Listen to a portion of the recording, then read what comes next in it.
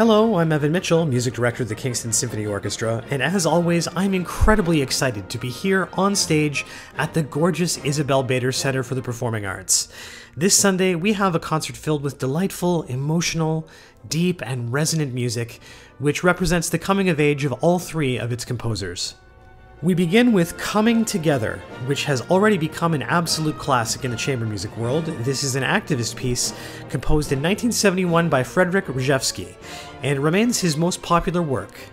It was based on a letter by Sam Melville, who was an inmate in Attica prison, and in fact one of the leaders of the famous Attica riot, also in 1971. This was a riot which was ignited over demands for better conditions for the prisoners.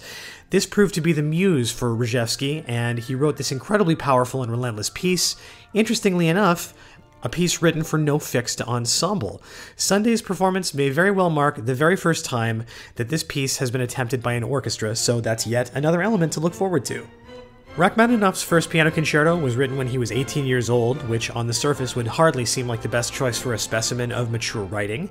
However, Rachmaninoff, he was never really happy with the work, and he came back to it 25 years later, and the resulting revisions helped shape the piece into a true masterwork with all of the joyous, impetuous virtuosity of a young man's imagination balanced with the pacing and the craft of a mature composer.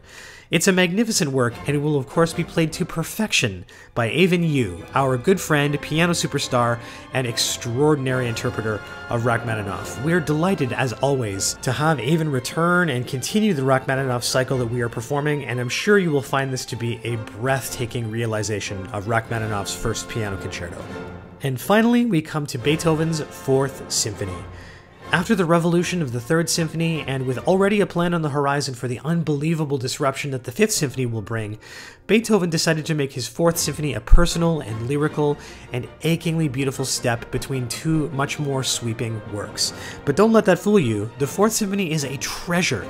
It's filled with mystery and bombast and heart-rending melodies, and it's also a piece that the Kingston Symphony knows very well, as it was the featured piece on our most recent CD release, A Symphonic Tapestry. You are going to love the Fourth Symphony and its live realization by your Kingston Symphony. So what's not to like? You've got beautiful, powerful, and dramatic works by composers who have found their mature symphonic voice and rhythm performed live right in front of you. It's going to be fabulous.